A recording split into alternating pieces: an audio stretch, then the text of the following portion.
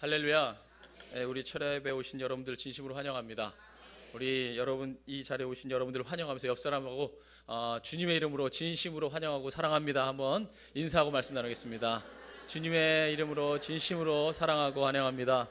주님의 이름으로 진심으로 사랑하고 환영합니다. 진심으로 사랑이 느껴지십니까? 네, 진심으로 사랑하길 바랍니다. 할렐루야. 원래 우리 목사님이 오늘 말씀을 전하셔야 되는데 우리 그곳에서 불같은 집회를 하느라고 시간이 많이 길어져서 제가 서게 됐습니다. 꼭 불만이 있으신 건 아니죠? 한 5분이 표정이 안 좋아지시는데 제가 아까 그래서 급하게 제가 옷도 원래 준비를 안 했다 막 옷을 입고 막 내려오는데 우리 고경희 장로님이 그러더라고요. 대타가 홈런 치는 거라고. 오늘 준 플레이오프 4차전이 일어나고 있는데 아무쪼록 저도 홈런 치기를 주님 앞에 기도합니다. 한번 우리 설교의 제목 한번 따라합시다. 베레스 우사. 베레스 우사. 우리 오늘 이 시간에 베레스 우사라는 제목으로 함께 말씀 나누겠습니다. 불교의 사상을 한마디로 정의해서 불교의 사상이 무엇이냐고 묻는다면 이렇게 말할 수 있습니다. 공, 없음이죠. 이걸 좀 더 풀어 얘기하면 무아 사상입니다. 무아. 이게 한자예요. 무자는 여러분이 너무나 잘 알고 있는 무슨 무죠? 없을 무입니다. 근데 아자에서 이제 막히죠. 그죠? 아자는 나아. 자할 때 나 아자입니다. 그러니까 없을 무, 나 아자니까 무아 사상이라면 내가 없는 사상. 그죠? 그래서 그걸 한자로 얘기하면 공입니다. 그러니까 내가 없음에 대한 이 철학이 바로 이 모든 불교의 시작입니다. 그런데 없는 나를 갖다가 자꾸 있다고 생각하니까 인생에서 집착이 생긴다는 거예요. 그러니까 인생의 모든 집착은 없는 것을 있는 것으로 생각하는 그 생각에서부터 시작됩니다. 그래서 이 집착이 연결이 돼 있어요. 이것 때문에 저것에 집착하고 저것 때문에 저것에 집착하고 그것을 다 풀어보자면 그게 12가지의 이 핵심적인 사상들이 나옵니다. 이 12가지가 다 연결돼서 인간이 이렇게 원처럼 고리가 되어서 이 집착에 매여서 살아간다는 겁니다. 이래서 이 집착에 매여 살아가는 인생에 생로병사의 고뇌가 생긴다는 거예요. 집착하지 않으면 고뇌가 없을 텐데 집착하느라고 이 생로병사의 고뇌가 생기고 그게 여러분들이 말하는 이제 108번뇌 이 여러 가지의 번뇌들이 생긴다는 겁니다. 그렇기 때문에 이 부처는 말하기를 내가 무아인 것을 내 자신이 스스로 없는 것임을 깨닫는 해탈을 이루어라. 그러니까 너가 있다고 생각하지 말고 너가 전적으로 없음을 깨닫는 그 경지에 이르러라. 그러면 너가 극락에 이르게 된다. 그래서 이 부처는 자기가 없음에 대해서 그 몸으로 보여주기 위해서 자기가 죽을 때에 제자들을 불러다가 신신당부합니다. 나를 반드시 화장시켜달라. 내 무덤을 만들면 나를 숭배하고 경배하기 위해서 나를 따르는 많은 무리들이 오게 될 테니까 나는 반드시 화장을 시켜달라. 내 존재 자체가 없음을 내가 죽음으로써 말하고 싶노라. 이렇게 신신당부해서 부탁합니다.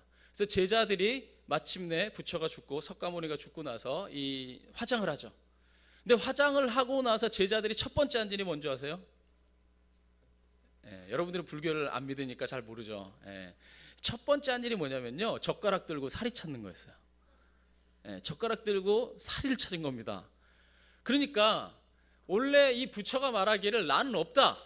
내가 없음을 내가 죽을 때에 내 인생의 전 존재로 내가 없음을 화장을 하면서 내가 없다고 하는 것을 말해주겠다라고 얘기했는데 그 제자들은 세상에 죽은 스승 안에서 사리를 찾고 이 사리를 찾았던 이 전통이 무려 2500년이 지나는 동안에 아직까지도 이어지고 있다는 거예요.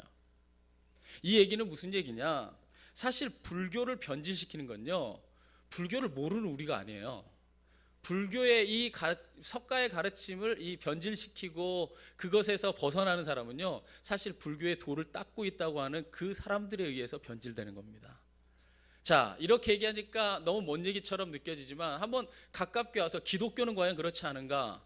기독교도 마찬가지입니다.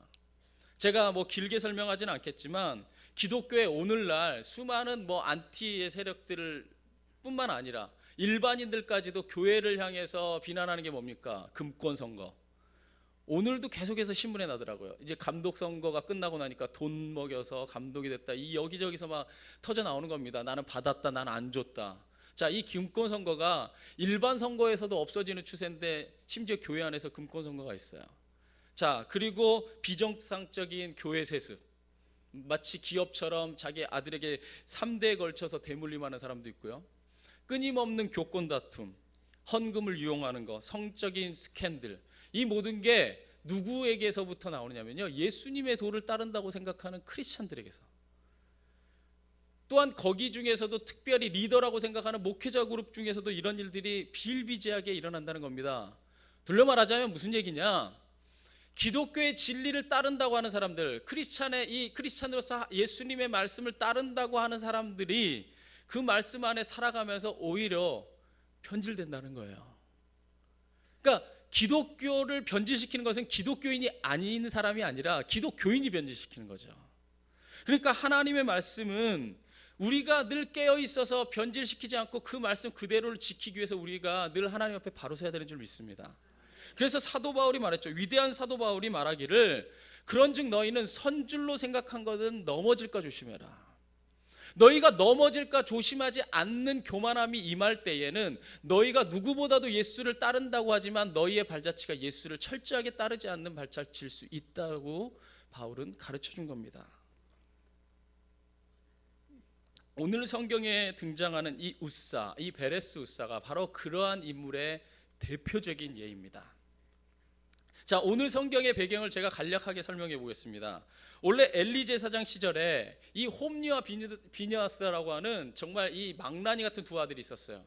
이 엘리 제사장이 홈니와 비느하스라는 이 두 망나니 아들을 키웠는데, 이 두 아들 때문에 블레셋에 이 하나님의 언약궤를 빼앗기고 맙니다. 자, 블레셋의 이 하나님의 언약궤를 빼앗기고 나서 여러 가지 정치 경제적인 이유 때문에 못 찾아와요. 그러다가 마침내 다윗이 왕이 되고 나서 왕권이 안정되자 이 예루살렘 성전으로 이 가져오지는 못하고 이 아비나답의 집으로 옮겨져 있던, 이 블레셋에서 찾긴 찾았어요. 근데 아직까지 왕국으로 가져오지 못하고 아비나답의 집에 이 맡겨져 있던 이 하나님의 언약궤를 마침내 다윗이 가져오려고 합니다. 자, 이것을 가져오려고 할 때에 이 다윗이 이 바알레유나라고 하는 곳에서부터 가져오게 되는데, 1절과 2절이 그때의 광경을 말해주고 있습니다. 한번 1절과 2절 보겠습니다. 자, 한번 여러분 읽어봅시다. 1절과 2절 오늘 본문에 시작. 다윗이 일어나 자기와 함께 있는 모든 사람과 더불어 바알레유나로 가서 거기서 하나님의 궤를 메어오려 하니, 그 궤는 그룹들 사이에 좌정하신 만군의 여호와의 이름으로 불리는 것이라. 자, 보세요. 이 말씀 한번 1절 띄워주세요. 다윗이 언약궤를 모시기 위해서 200명도 아니고, 언약궤 그렇게 무거운 거 아닙니다. 4명에서 6명만 메면 돼요. 근데 200명도 아니고 무려 몇 명을요? 3만 명의 이 장병들을 뽑아다가 갑니다. 3만 명의 장병만 뽑은 게 아니라 그 다음 절에 넘어가서 보면요, 자기와 함께한 모든 사람, 그러니까 쉽게 말하면 대신 강요들, 온갖 높은 자리에 있는 사람들을요 다 데리고 갑니다. 자, 여기서 이 다윗이 바알레유나로 가면서 이 하나님의 언약궤를 가져오려고 할 때에 다윗이 얼마나 흥분되고 있는지 우리가 볼 수가 있어요. 여러분, 3만 명 한번 상상해 보세요. 적지 않은 숫자입니다. 이 3만 명이 지금 전쟁하러 가는 거죠. 그죠? 또 고개 끄덕거린다. 지금 벌써부터 조는 겁니까? 네. 3만 명이 지금 전쟁하러 가는 거예요? 아니요. 딸랑. 자, 언약궤 크기가 어느 정도냐면요, 길이가 약 1m 14 정도 돼요. 그러니까 1m하고 10cm 좀 넘어요. 딱 이 정도 되겠다, 길이가. 그리고 폭과 높이가 약 60cm 정도 됩니다. 60cm 정도니까 요만큼 되겠네요. 그럼 요만한 거 들으려고 3만 명이 갑니까? 무슨 얘기예요? 다윗이 엄청나게 이 성대하게 이 하나님의 언약궤를 가져오는 것에 이 감격하고 막 엄청, 근데 군사들만 3만 명이 간 게 아니라 자기가 데리고 있는 강요들을 다 데리고 왔어요. 어마어마한 행렬을 데리고 갑니다. 다윗의 이 언약궤를 향한 지성이 얼마나 감격적이었는지 우리가 충분히 짐작할 수 있어요. 자, 그래서 3절에 자, 마침내 그 언약궤를 가지러 갑니다. 그들이 하나님의 언약의 궤를 새술에 싣고 산에 있는 아비나답의 집에서 나오는데, 아비나답의 아들 누구가? 우사와 또 누가? 아효가 그 새수레를 몰면서 가지고 나옵니다. 자, 우사와 아효가 언약궤가 실린 새수레를 끌고 나옴으로써 비로소 이 언약궤를 이 다윗의 왕국으로 옮겨가는, 예루살렘으로 옮겨가는 이 행진이 시작됩니다. 자, 당시의 광경을요 4절과 5절이 말해주고 있어요. 4절과 5절 보겠습니다. 그들이 산에 있는 아비나답의 집에서 하나님의 궤를 싣고 나올 때 아효는 궤 앞에서 가고 다윗과 이스라엘 온 족속은 잣나무로 만든 여러 가지 악기와 수금과 비파와 소고와 양금과 제금으로 여호와 앞에서 뭐하더라? 연주하더라. 보세요. 아효가 궤 앞에 섰으니까 당연히 뒤에는 누가 섰겠어요? 우사가 섰죠. 또 아직도 계산 안 되시죠 또. 아효와 우사 두 사람밖에 없었으니 앞에 아효가 섰으면 뒤에 우사가 섰습니다. 그리고 나서 그 다음에 이 행진을 축하하는데요, 여기서 되게 놀라운 사실이 있어요. 이스라엘 온 족속이 기뻐하면서 이 연주를 하는데 누구도 함께해요. 6장 5절 처음에 보면 다윗과 이스라엘 온 족속이 막 춤추면서 노래하면서 악기를 지금 연주하는 거예요. 보세요. 이 다윗은요 이스라엘 역사상 최고로 강대한 나라일 때 왕이에요. 그래서 이 이스라엘 역사상 최고로 강대했던 시절이 언제이냐라고 이 역사학자들이 살펴볼 때요 다윗과 솔로몬 시대입니다. 그러니까 다윗은 왕 중의 왕이에요. 이 사실 하나님을 믿는 나라가 아니었으면 다윗의 이때 당시의 군사력은요 충분히 임페리얼, 제국을 만들 수 있을 정도였어요. 저 페르시아나 로마처럼 제국을 만들 수 있을 만한 엄청난 힘의 나라였어요. 다만 하나님의 말씀을 따르기 때문에 제국을 안 만들었을 뿐이지 엄청난 권위를 가지고 있던 왕이 피리 불고 따라가는, 막 이거 징치고 따라가는 거예요. 이 몇 명 앞에서? 장병만 3만 명, 그 다음에 자기 밑에 있는, 우리나라 따지면 영의정, 좌의정, 우의정, 뭐 이조 판서 막 다 있고, 그 다음에 자기의 강요들 다 있고, 그 다음에 징치고 3만 명이 막 가면은 그 동네에 사는 사람들 다. 이거 구경거리 아니에요? 이거 구경거리잖아요. 이런 구경거리 언제 생겨요? 다 나와서 보고 있는 겁니다. 그러니까 수만 명 앞에서 다윗 왕이 같이 막 노래하고 막 연주하면서 기뻐 춤추면서 이 하나님의 언약궤를 이송하고 있는 거예요. 자, 얼마나 다윗이 이 일에 기뻐하고 있는지 알 수 있습니다. 그런데 이 행렬이 나곤이라는 사람의 타작마당에 이르렀을 때 갑자기 여러분이 잘 알듯이 소들이 뛰기 시작합니다. 6절과 7절입니다. 한번 6절과 7절은 여러분 읽어봅시다. 시작. 그들이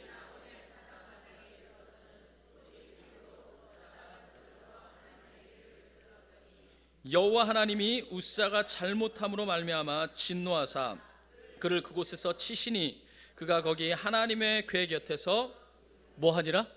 죽어버립니다. 자, 무슨 까닭인지 우리는 알 수 없어요. 성경에는 안 나와 있어요. 무슨 까닭인지 알 수 없는데 소가 휘청합니다. 소가 흔들거리는 거예요. 그것을 보자 우사가 반사적으로, 자 여러분들 가다가 뭐가 이렇게, 여러분이 지금 앞에가 아효고 뒤에가 우사예요. 가다가 휘청하죠. 그럼 여러분들이 반사적으로 어떻게 할까요? 이거 얼마나 중요한 겁니까? 이거 하나님의 언약궤, 이 말씀에 10계명 판이 들어가 있고 이 아론의 쌍난 지팡이가 들어가 있고 이거 하나님의 귀한 건데 당연히 떨어지지 말라고 순간적으로 자기도 모르게 잡은 거죠. 근데 잡았는데 잡자마자 그 자리에서 즉사해버린 거예요. 자, 이게요 성경에서 볼 때 참 해석하기 난해한 성경 구조 중에 하나입니다.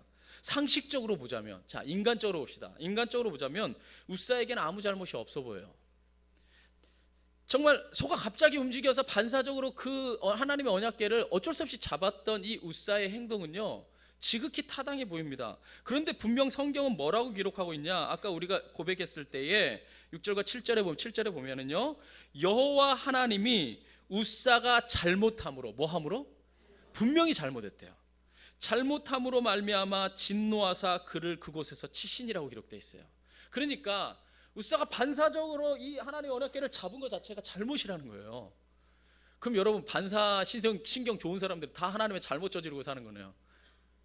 넘어지려고 할 때 반사적으로 일어나지 마시고 그대로 꼬꾸라져 버리시고 이래야 되는 겁니까? 아니 말이 안 되는 것처럼 보입니다. 자, 이 성경의 구절에 이 비견해 보자면 우사는 죽어서 마땅한 죄를 지었다는 뜻이에요. 그렇다면 과연은 우사가 잘못한 게 무엇이고 하나님 과연 무엇 때문에 우사를 이처럼 죽음으로 치셨던 것일까? 오늘 다시 한번 이 말씀을 돌아보면서 그의 잘못이 무엇이었는지 한번 살펴보길 원합니다. 자, 나곤의 타작마당 앞에서 우사가 즉사하자 너무도 다윗이 놀랍니다. 보세요. 다윗이 제일 환영하고 이 하나님의 언약궤를 가져가는 걸 기뻐했으니까 아마도 우사 뒤에 다윗이 있었을 겁니다. 그죠? 하나님의 언약궤, 하나님이 임재하고 계신 것, 하나님의 이 임재가 이 상징되는 이 언약궤 앞으로 가진 않았을 거예요. 반드시. 그러니까 뒤로 갔을 건데, 그럼 우사 바로 뒤에 있던 다윗이 제일 놀랐겠죠. 만지자마자 그냥 벼락 맞듯이 직사해버리니 다윗이 놀랍니다. 그래서 다윗이 더 이상 하나님의 언약궤를 움직이지 않고 근처에 있었던 오베데돔의 집에 맡깁니다. 그리고 다 철수해요. 다 철수하고 난 다음에 얼마의 시간이 지난 다음에 다시금 하나님의 언약궤를 예루살렘으로 모셔올 것을 결심합니다. 그리고는 그 일을 담당할 사람들을 불러서 훈시를 하는 중에 하나님께서 지난번에 우사를 치신 이유를 다윗이 다음과 같이 설명합니다. 그 성경 구절이 역대상 15장 11절에서 13절에 있습니다. 자, 다윗이 그 하나님의 언약궤를 이번에 가지고 올 사람들에게 이 가르치는 말입니다. 자, 함께 보겠습니다. 다윗이 제사장 사독과 아비나다를 부르고 또 레위 사람 우리엘과 이사야와 요엘과 스마야와 엘리엘과 암미다답을 불러 그들에게 이르되 너희는 레위 사람의 지도자이니 너희와 너희 형제는 몸을 성결하게 하고 내가 마련한 곳으로 이스라엘의 하나님 여호와의 궤를 메어 올리라. 뭐하라? 메어서 올려라. 전에는 너희가 뭐하지 아니하였으므로 매지 아니하였으므로 우리 하나님 여호와께서 우리를 찢으셨으니, 죽여버렸다는 거예요. 그러니까 언약궤를 뭐하지 않았기 때문에, 매지 않았기 때문에 찢어버렸으니 이는 우리가 규례대로 그에게 구하지 아니하였음이니라 하니라고 기록되어 있어요. 그러니까 지난번에 욱사가 죽게 된 까닭은 하나님의 명령대로 언약궤를 하나님이 택한 사람이 메고 오질 않고 자기 마음대로 수레에 끌고 왔기 때문이라는 거예요. 자, 이 하나님의 명령은요 민수기에 잘 나타나 있습니다. 자, 민수기 4장 15절 말씀입니다. 한번 여러분 읽어봅시다. 시작.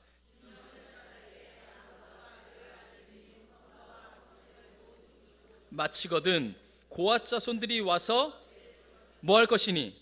맬 것이니 그러나 성물은 뭐 하지 말라? 만지지 말라. 그들이 죽으리라. 회막 물건 중에서 이것들은 고앗 자손이 반드시 매야 된다. 하나님이 택한 족속, 레위 족속이 매야 된다. 만약에 그것을 만지지 말아라, 만지면 죽는다라고 민수기 4장 15절에 분명히 기록되어 있습니다. 자, 다윗은 처음부터 이 명령을 알고 있었던 거예요.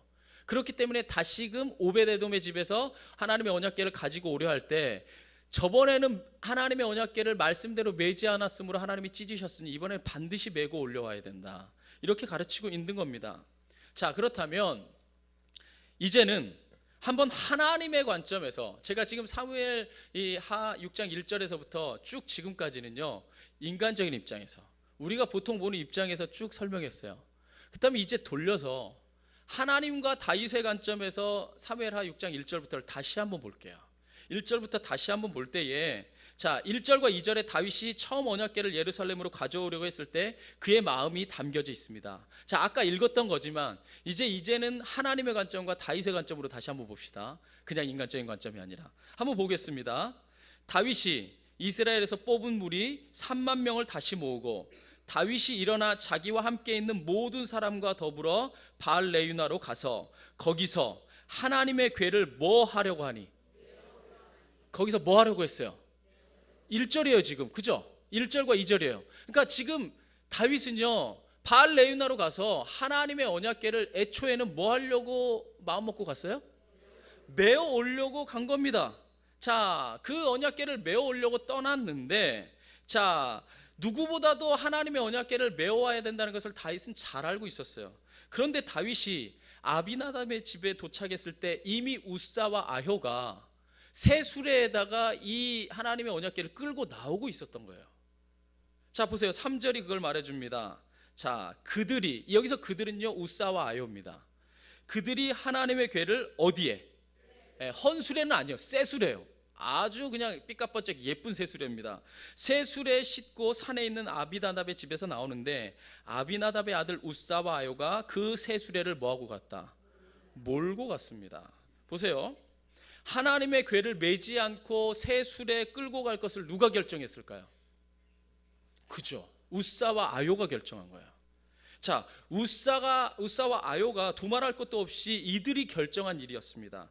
그들이 이렇게 행동한 내면에는 자신들이 이 귀중한 것을 이제껏 모시고 있었기 때문에, 무려 70년을 이 집안에서 모셨어요. 이 하나님의 법궤가 70년 동안이나 자기 집에 있었다는 건 엄청난 영광이에요. 할렐루야. 엄청난 영광이죠. 무려 대대로 70년을 모시고 있던 이 하나님의 언약궤를, 이렇게 귀중한 언약궤를 이제 가지고 예루살렘까지 행차를 하는데, 이것을 더욱더 돋보이게 하려고 새 수레에 너무나 멋지게 장식해서 수많은 인파 가운데 이 하나님의 언약궤를 더욱더 돋보이게 하려고 했던 겁니다. 자, 우사와 아요의 그 당당한 행동 앞에서 사실은요, 누구도 이의를 제기하지 못했던 거예요.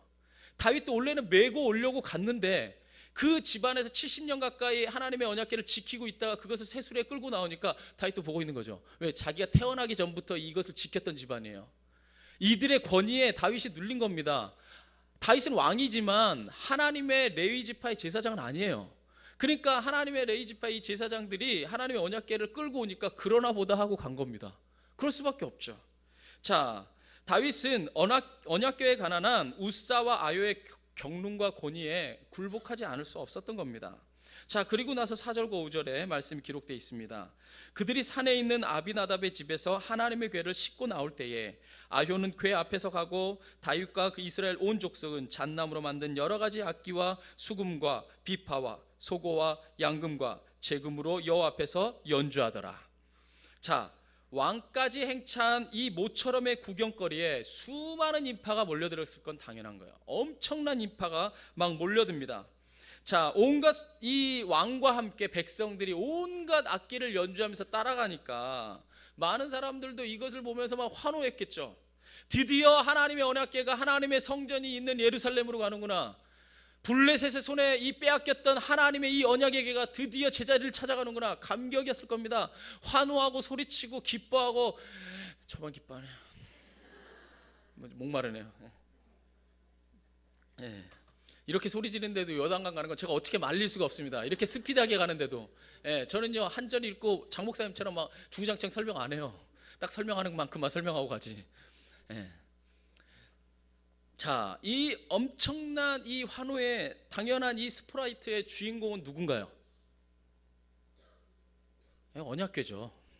언약궤가 예루살렘으로 가니까 사람들이 기뻐하는 거잖아요. 그죠? 이 다윗도 그것 때문에 기뻐하는 거잖아요. 이 언약궤가 오늘의 주인공입니다. 그런데 이 언약궤 앞과 뒤에 아효와 우사가 섰어요.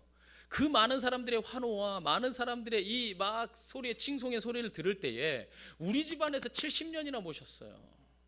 지금 우리가 이 머나먼 길을, 이 수레를 끌고 머나먼 길을 앞과 뒤에 서서 우리가 호위하면서 가고 있어요. 그러니까 이 우사와 아요가 마치 이 환호성과 이 많은 사람들의 칭송이 언약궤를 향한 것이 아니라 나한테도 오는 영광처럼 느껴지는 겁니다. 이게 뭐라고 우리는 말하는 거죠? 교만이라고 말하는 거죠. 보세요. 제가 아까도 우리 기독교의 복음을 변질시키는 것이 기독교인이라고 얘기한 것은 오늘날 전 세대의 수많은 목회자님들 얼마나 큰일을 했습니까?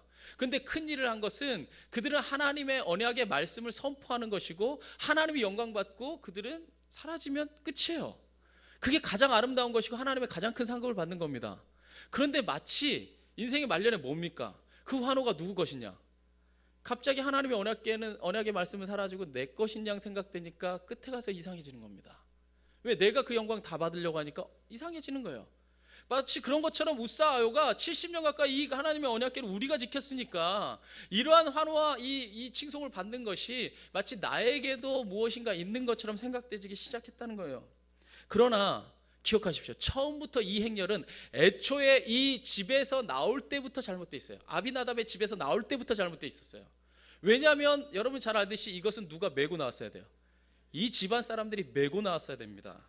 그런데 그들은 자신의 생각을 하나님의 말씀보다 더 높은 곳에 뒀어요. 이들이 레위 지파였기 때문에 메야 된다는 것을 아마도 알고 있었을 겁니다. 이것을 모르고 지켰을 리가 없죠. 그런데 자신들의 생각을 하나님의 말씀보다 더 위에 뒀습니다. 보세요. 제가 아까 말했듯이 보세요. 수레의 높이가 약 60에서 80cm 정도 친다 치면 또 아까 제가 말했듯이 이 언약궤의 높이가 약 60cm 정도예요. 그럼 1m 한 30 정도밖에 되지 않아요. 전체적인 높이가. 그러면 이 하나님의 언약궤를 내려다보는 위치에서 가는 거죠. 그런데 만약에 하나님의 언약궤를요, 만약에 4명이나 이 사람들이 이걸 매잖아요. 여러분들은 이 사극 보면은 가마 매는 거 보죠. 사극 보면 가마 매는 거 보면 이 매는 사람들 눈에 띄나요? 저는 불쌍하기만 하더라고요. 저거 만약에 저 자리에 내가 앉아 있으면 이 4명이 저거 걸어갈 때 뭐 한양부터 뭐 광주까지 걸어갔으면 어떻게 되는 거야? 보세요. 이 언약궤를 매면요 인간이요 초라해요. 뭐밖에 안 드러나냐면 언약궤밖에 안 드러나죠. 그래서 인간이 가려지는 겁니다. 철저하게 가려지고요. 고생만 집살나게 하는 겁니다. 그 가는 길까지. 근데 지금 이 자기가 가려지는 길을 빼버린 거예요. 언약궤를 내놓고 자기가 철저하게 드러나는 겁니다. 그리고 편안하게 가요. 하나님의 말씀에 언약궤를 끌고 가는데 자기의 희생 없이 소가 알아서 몰고 가게 편안하게 갑니다. 그리고 모든 사람의 환호를 자기가 다 받고 있는 거예요. 자, 아마도 왕까지 합세해서 자기 뒤에 다윗 왕이 막 왕까지 합세해서 막 찬양하고 기뻐하고 연주하는 것을 보면서 웃사가 으쓱했을 거예요. 천하를 얻은 기분이었을 겁니다. 그리고 마침 그때 수레가 이 나곤의 타작마당에 도착한 겁니다. 자, 6절 말씀입니다. 한번 6절 여러분 읽어봅시다. 시작.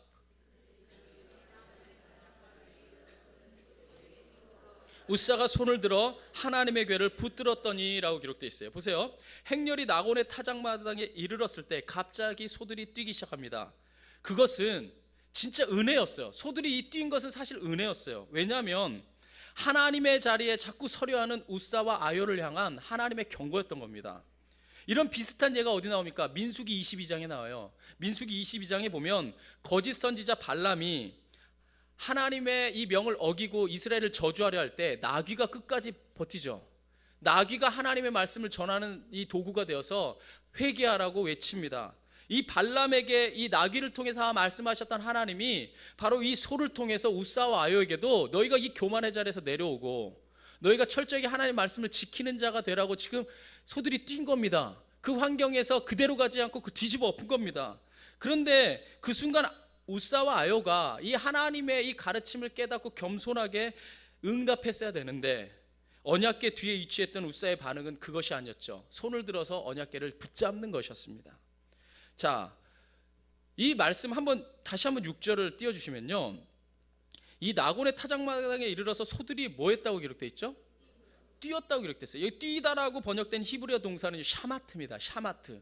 이 샤마트는요 도약한다는 뜻이 아니에요. 도약한다는 뜻이 아니라 흔든다, 휘둘리다 이런 뜻이에요. 흔들고 휘청거리는 거예요. 보세요. 소가 뛰는 거 본 적 있는 사람? 소가 이렇게 뛰어요? 나는 지금까지 저도 이제 많이 살았네요. 한 40 살았지만 소가 뛰는 거 못 봤어요. 소는 흔들지.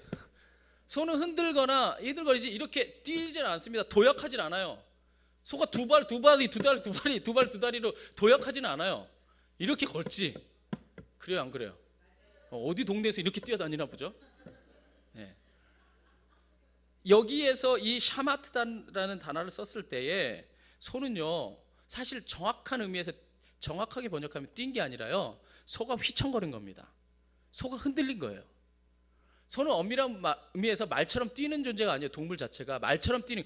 만약에 이 말이 이 수레를 끌었더라면 말이 뛰거나 휘청거렸으면요 충분히 수레가 넘어집니다.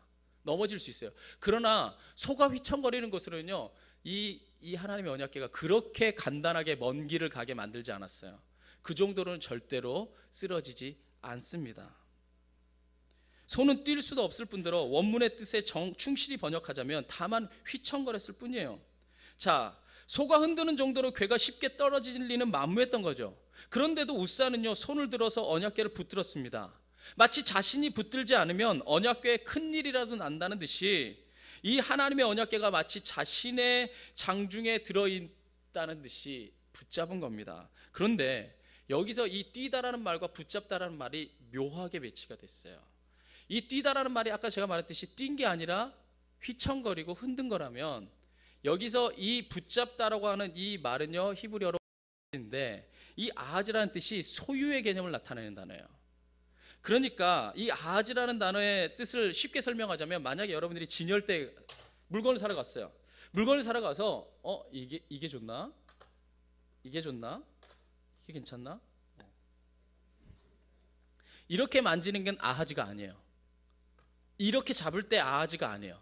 아하지라는 말의 뜻은 뭐냐면요 누군가가 이걸 갖고 있는데 딱 보니까 이거 내 거야. 내 걸 제가 들고 있는 거야. 야 이거 내 거야 라고 하고 딱 붙잡을 때 이 말의 뜻이 아하지예요.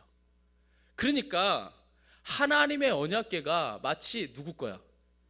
내 거야 라고 생각하고 만진 겁니다.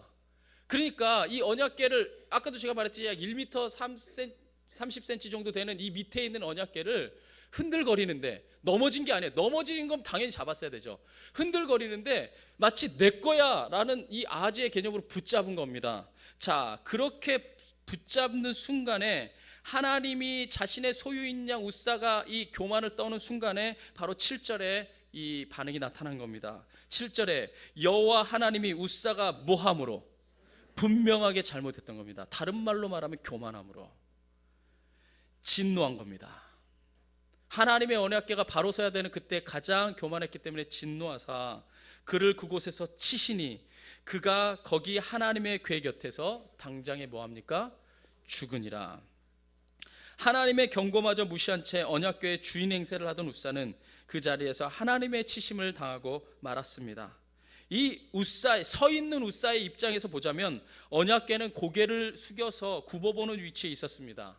우사는 언약궤를 굽어 내려보면서 그것이 마치 자기의 소유인 양, 하나님의 언약궤가 자기 것인 양 붙잡았던 겁니다. 그 순간 언약궤는 더 이상 하나님의 말씀의 궤가 아니었어요. 우사를 더욱더 돋보이게 하는 장식품일 뿐이었어요. 하나님의 말씀을 이용하여, 하나님의 성물을 이용하여 자기의 명예를 드높이고 자기의 이름을 드높이는 철저하게 교만의 도구였던 겁니다. 그 교만함을 보신 하나님께서는 그 같은 우사를 치심에 즉사하고 말았습니다. 여러분, 귀 기울여 들으십시오. 인간은 그 어떤 경우에도 하나님의 말씀의 주인일 수 없습니다. 그런데 우사는 스스로 주인의 행세를 하려다 하나님의 치심을 받고 내동댕이 쳐졌습니다.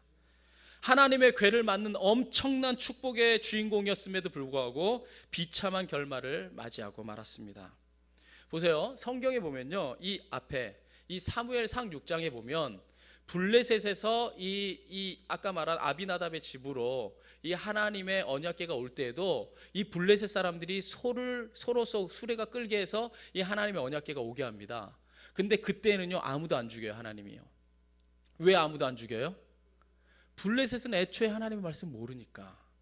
제가 아까 누누이 얘기하죠. 기독교를 변질시킨 사람은요 기독교를 안 믿는 사람이 아니에요. 어차피 모르는데. 예수님의 말씀을 들었고 예수님의 말씀을 배웠고 예수님의 말씀을 가슴에 심은 사람들이 그것을 변질시키는 겁니다. 바로 하나님의 말씀 안에 섰다고 생각하는 사람들이 넘어질 때에 바로 이러한 우사 같은 교만함이 드러나기 시작한다는 거예요. 자, 이 사건을 통해 다윗은 아주 중요한 것을 깨달았습니다. 그 깨달음이 8절에 기록되어 있습니다. 자, 8절 말씀 우리 다 함께 마지막으로 읽어보겠습니다. 시작.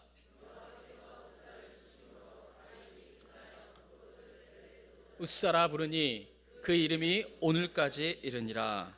하나님께서 우사를 치심으로 다윗이 분해서 그곳을 베레스 우사라고 부릅니다. 여기서 다윗이 분했던 이유는 그 분노의 대상이 하나님이라는 말이 아니죠. 말씀의 주인 행세를 하던 우사의 이 오만함과 그 오만함을 방치했던 자기 자신의 어리석음에 대한 분냄입니다. 자, 다윗은 그렇게 우사가 즉사한 현장을 이름 짓기를 베레스 우사라 했습니다. 자, 베레스 우사 무슨 뜻일까? 오늘 설교의 제목이 베레스 우사입니다. 이 베레스라는 말은 이 한글 음역입니다. 한글 음역으로 말할 때 베레스인데 원래 이 히브리어에서 이 말을 원어적으로 말하면은 따라해봅시다. 페레츠. 이거 페레츠를 갖다가 우리 베레스라고 말하는 거예요. 이 페레츠라는 말은 지금 여기서 말했던 뜻과 같이 친다라는 뜻이에요. 친다. 자, 무슨 뜻? 네, 친다. 쳐 죽였다 할 때 이 친다라는 뜻입니다. 자, 그러므로 베레스 우사란, 페레츠 우사란 우사를 쳤다는 겁니다.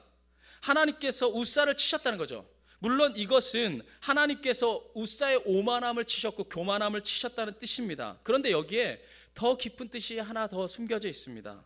그것은 뭐냐면 바로 이 우사가 가지고 있는 이름의 뜻입니다. 우리말 성경에서 우사로 번역된 이 히브리어 보통 공사 원래는 우자입니다. 우자. 이 우사의 뜻은 뭐냐면 본래 따라해봅시다. 힘, 능력, 위엄 이런 뜻입니다. 그러니까 우사의 이 이름의 뜻이 힘, 능력, 위엄 이런 뜻이에요. 그러니까 페레츠 우사란 하나님께서 인간의 힘, 능력, 위엄, 교만함을 하나님보다 더 높은 자리에 놓는 것을 하나님은 반드시 뭐 하신다? 페르치하신다. 그 어떤 순간에라도 너가 선줄로 생각한 그때에 하나님의 말씀보다 너의 힘이, 하나님의 말씀보다 너의 능력이, 하나님의 말씀보다 너의 교만함이 더 넘어서서 섰을 때에는 반드시 하나님이 페르치하신다는 거예요. 쳐서 찢어버린다는 겁니다.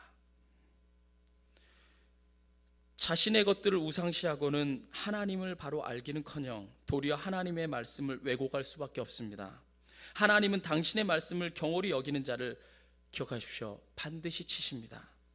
따라서 거룩하신 하나님을 바르게 믿기 위해서는 하나님보다 우위에 있는 것들을 우리는 늘 자신의 손으로 치지 않으면, 늘 자신의 손으로 내려놓지 않으면 우리가 침을 당하게 됩니다. 창세기에 보면요, 이 소돔과 고모라 성을 하나님께서 멸망시킬 때에 아브라함이 자기의 조카 롯이 그곳에 살고 있으니까 롯을 구해달라고 중보의 기도를 합니다. 그래서 하나님이 아브라함을 생각하시사 롯과 롯의 모든 가족들을 살려줍니다. 그런데 살려주면서 이 하나님의 천사가 두 가지를 이 롯과 롯의 아내와 롯의 이 두 딸들에게 분명하게 명령합니다. 뭐를 명령하냐면, 너는 달려가다 절대로 뒤돌아버리지 마라. 뒤돌아보면 안 된다. 두 번째는 너 달려가다가 들에 머무르지 말아라.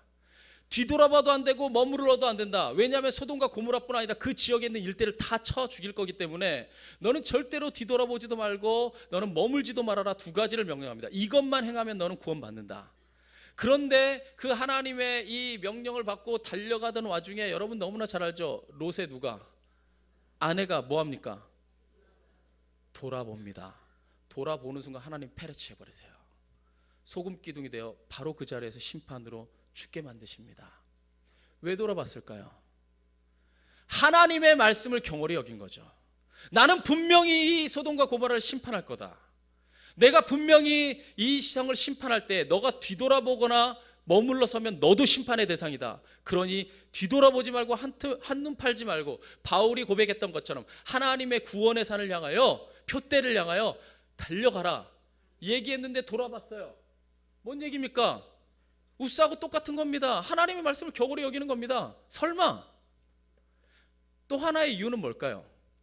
도망가는데 내가 집에 미처 다 아무것도 가져오지 못했으니 집에 두고 온 폐물, 집에 두고 온 추억들, 내가 쌓아온 모든 것들, 내 거 어떻게 됐지? 세상에 있는 모든 것들에 뭐가 남아요? 미련이 남아요. 미련 때문에 돌아온 겁니다. 뭘 더 위에 둔 거예요? 하나님의 말씀보다 세상 거를 더 위에 뒀습니다. 그 순간에 하나님은 페르치해 버리십니다. 여러분의 오늘의 말씀을 마무리 짓겠습니다. 여러분, 저는 우리의 삶도 늘 페르츠 우사할 수 있기를 간절원합니다. 하나님의 말씀보다 내 생각이, 하나님의 말씀보다 내 물질이, 하나님의 말씀보다 이 세상의 그 어떤 것이 더 서려할 때 내 스스로 그것을 자꾸 내려놓는 연습을 하는 겁니다. 그러기 위해서 우리는 새벽마다 또 철야 기도에 와서 우리가 기도하고 부르짖으며 하나님 앞에 선줄로 생각하는 그때에 늘 넘어질까 조심하며 하나님 앞에 기도하는 겁니다. 그리할 때 내 인생의 주인이 내가 아니라 누가 될까요? 성령 하나님이 되는 겁니다.